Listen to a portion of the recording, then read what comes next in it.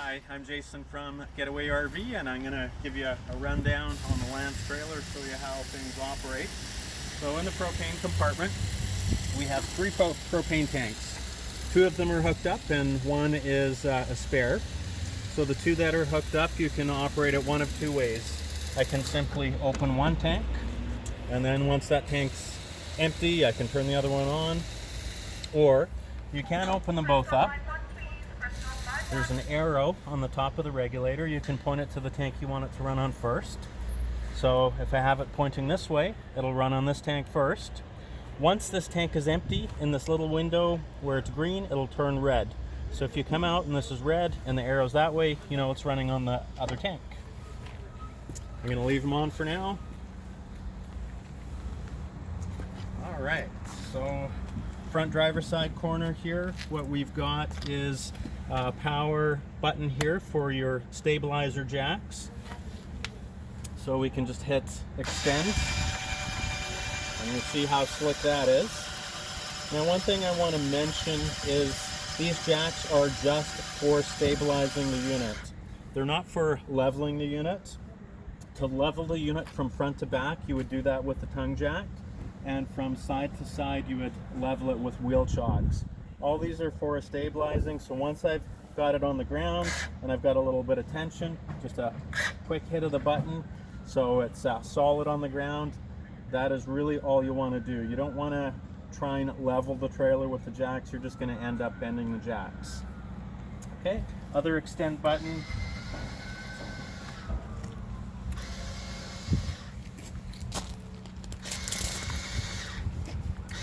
That's for the back.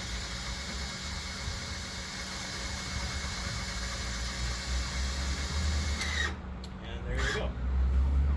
All right, I'm going to retract them.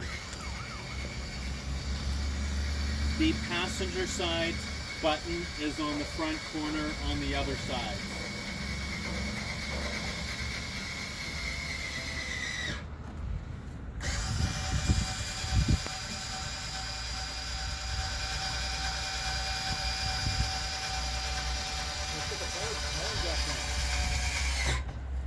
And what you've got here are your 6-volt batteries. You do need to check the water level in the batteries periodically. There is a cap at the top, little pipe doing it inside here, so you probably would have to partially remove them. If you do need to top the water level up, use distilled water. All right. Here is a fuse. That is for your solar panel. Now I'm going to kind of crawl under here because there's a couple things I need to explain. So this white handle is the drain for the fresh water tank. Over here we've got liquid waste, which is your gray water. So if you are going to a campsite where you have full hookups, you can actually hook your sewer hose up. You can leave the gray water open. That way when you're using your shower or doing your dishes, the water runs straight out.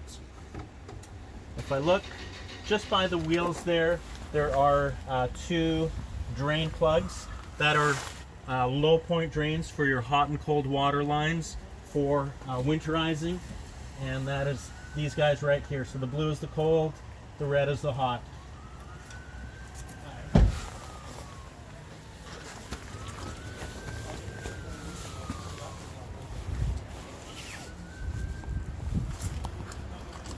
Okay, tire pressure is 80 psi cold. So what cold means is you should be checking your tire pressure before you start out on your journey, before you're driving down the road, and before everything starts to heat up. You should be checking your wheel nuts before each trip. It is a good idea to use a torque wrench, and typically we set the torque rating to between 100 and 110 foot-pounds. Over here we have your city water hookup. You should use a non-toxic water hose, and you should also use a water pressure regulator. With the regulator, you want to hook that onto the tap on the campground, so it not only keeps pressure off of the hose, keeps pressure off of the unit, but it keeps pressure off of the hose as well. This is your sewer flush. I would use a separate hose for sanitary reasons. So basically you're going to hook your hose up there. That's going to shoot water directly into your Blackwater tank. And this label is very important. Your Blackwater termination valve should always be open when you're doing a black tank flush. What could happen is if you left the black valve closed and you had the sewer flush hooked up, it would fill your Blackwater tank and potentially could end up flooding your toilet and into your unit, which would be a disaster. So always have that valve open when you're flushing. Here is your electrical hookup. So in one of the compartments, we're going to have your electrical cord. There will be adapters there to adapt it down if you are plugging in at home. What we have here is satellite and cable hookup. If you had a portable satellite system, you could plug it in here. If you were at a campsite where they offered cable, plug it in right there. Over here we have your termination for your Blackwater, and this is the valve that I was referring to that should be open if you're using the sewer flush. The other thing I'll mention is when you're emptying the black, you should have the tank at about 2/3 full before you empty it. That way there's lots of pressure and it gives it a good flush out.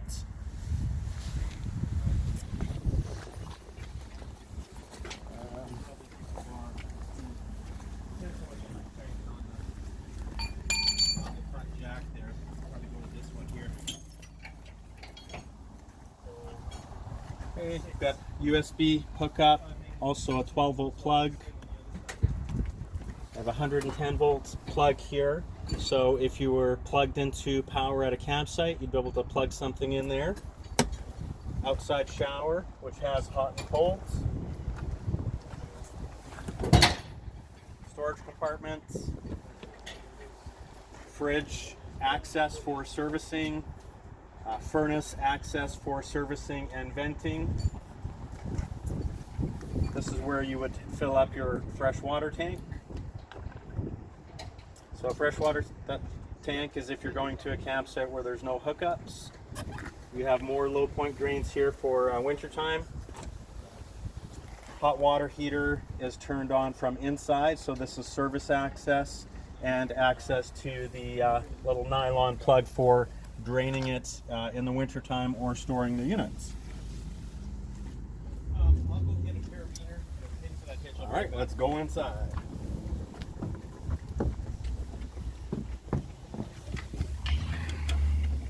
So here you have your power converter.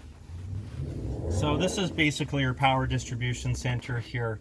110 volt breakers and 12 volt fuses.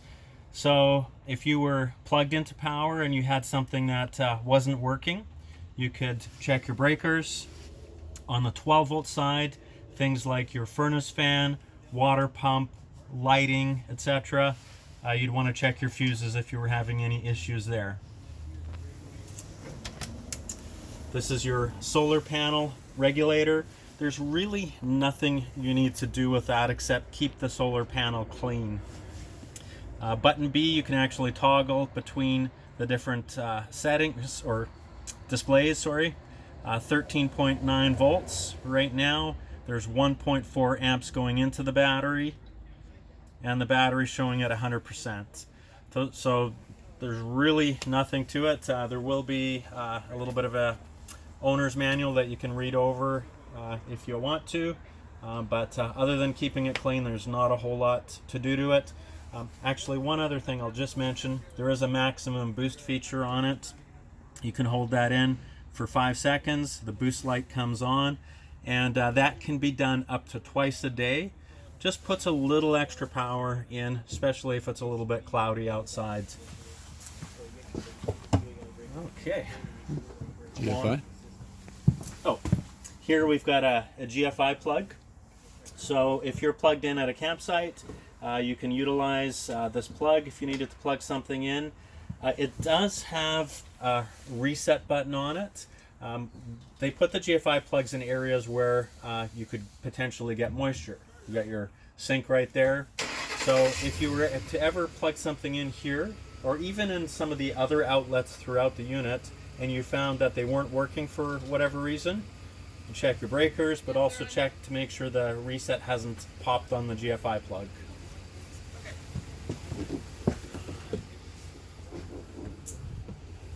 Okay, come on in. Stove here. It's always a good idea to light one of your burners first before you light your furnace or your fridge or your hot water heater. What it does is it just gets the propane flowing through the system, and it makes everything else that much easier to light. So what you do is you could use a barbecue lighter, or you can simply turn it on and hit the striker, just like that. Okay. Oops.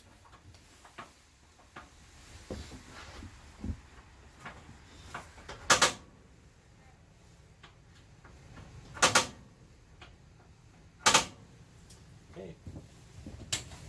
Good idea to have the fan on when you're cooking, just to vent everything. A light here as well. So one thing I'll mention is you never want to use these for heating the unit, strictly for cooking purposes only. Okay, if you want to light inside the oven, you do need to have a barbecue lighter. You would turn the button to pilot. You would hold the button in. At the same time, you would hold your barbecue lighter right here. That's your thermocouple right there. You just need to warm that up. And then once it's lit, let the pilot button go. If it remains lit, you can just then turn the oven to the temperature that you want to cook at. When you're done with it, if you're camping in one spot for a while, you could turn it back to pilot, and that will just leave the little pilot on. Honestly though, I like to just have it shut completely down. Okay, here we've got your water pump. So if you're using water from the water tank, you can turn the pump on.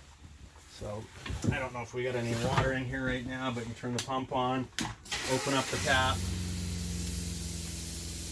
So when you shut the tap off, you notice the pump shut off as well. Pump's on, pump's off. So it is a demand pump. So once the system is pressurized and there's enough water in the system, it will shut down. It's a good idea just to shut it off when you're done with it. Do your dishes. You can leave it on while you're doing your dishes. Have your shower, brush your teeth or whatever. But again, just to be on the precautious safe side, once you're done with it for a bit, shut it off. This switch here is for your hot water heater. So you simply turn that on, and then in a second or two, we should be able to hear that hot water heater light. I think I heard it light there.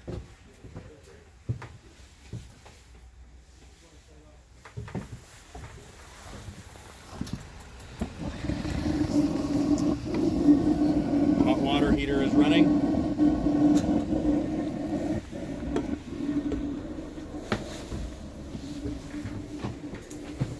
So I'm just going to shut that down.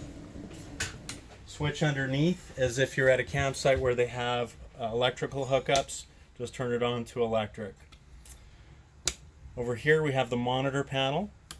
Battery shows full.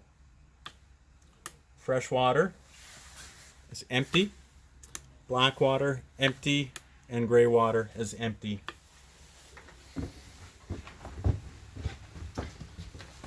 For your fridge is a two-way fridge, which means it runs on either propane or 110 volt electric. So I'm going to turn it on. Give it a second. Okay, so we have a mode button here. So right now it's on auto. You can see the AU light is lit up. So what that means is it'll automatically run on electric first. Since we're not plugged in right now, it automatically switched to propane. If I want to run it on propane, I can hit the mode button, and then the auto light goes out and it just goes over to propane. Temperature setting here, so low, medium, high, and that is it. You do want to make sure the trailer is level when you are operating your fridge. over here we have the thermostat for your air conditioner and furnace. So we've got a button here that hit that button, everything lights up. Okay, so we've got fan only, and you do have to be plugged in to operate the air conditioner. We got cool for air conditioning, and then you can toggle down, toggle up for temperature. Okay. And then if we want furnace, we click over to heat, and then you can turn your temperature up to whatever you want it to run on. If you're really cold, crank it right up. All right, that'll take a sec, and then the furnace fan will come on. There we go, I can hear that running right now. The furnace duct right there. Okay, so I'm going to turn that off. So I'm just going to toggle the bottom button till it says off. So the furnace fan will run for a couple minutes, just clear everything out of the chamber, and then it'll shut down. So this thermostat is for your front air conditioner. There is a rear air conditioner here also. And there's a thermostat in here just on the wall for it. Okay. All right there. Slide out room button is right here just above the thermostat. So I'm gonna kind of get out of the way, and I'm gonna put the slide out in. So I'm gonna hit in.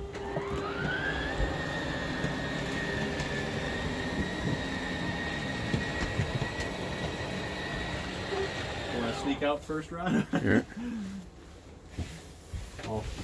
I'll stand awkwardly.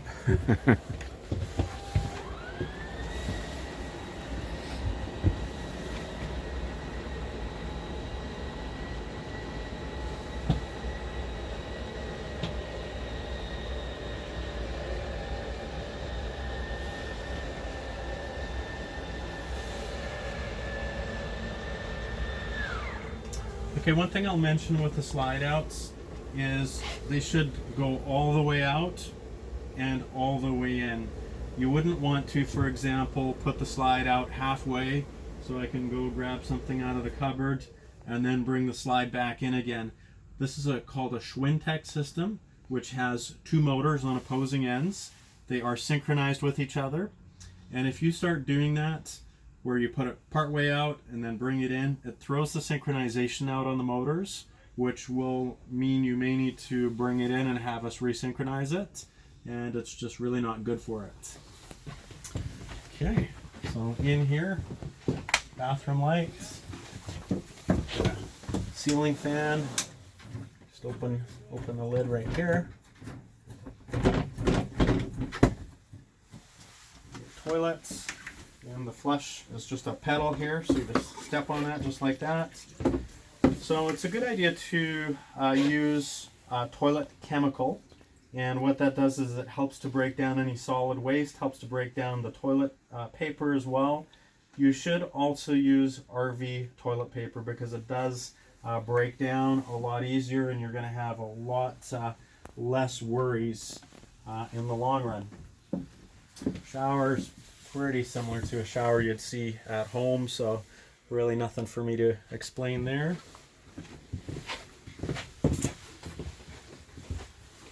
Okay. Turn that bathroom light out. Let's see if there's anything more that I'm forgetting. Okay, I think that is going to have a remote for it somewhere, so we'll have to find that. And your awning switches are right here. So we're just going to turn the on button and then extend.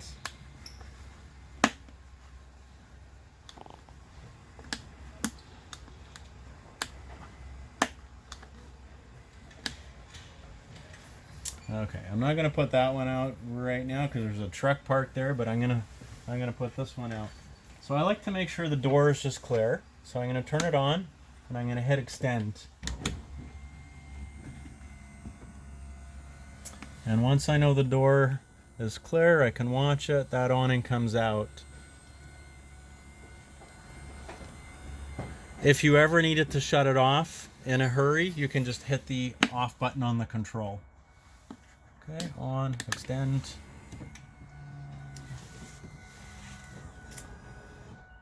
Okay, I'm going to retract now. And again, I just want to make sure the door is going to clear.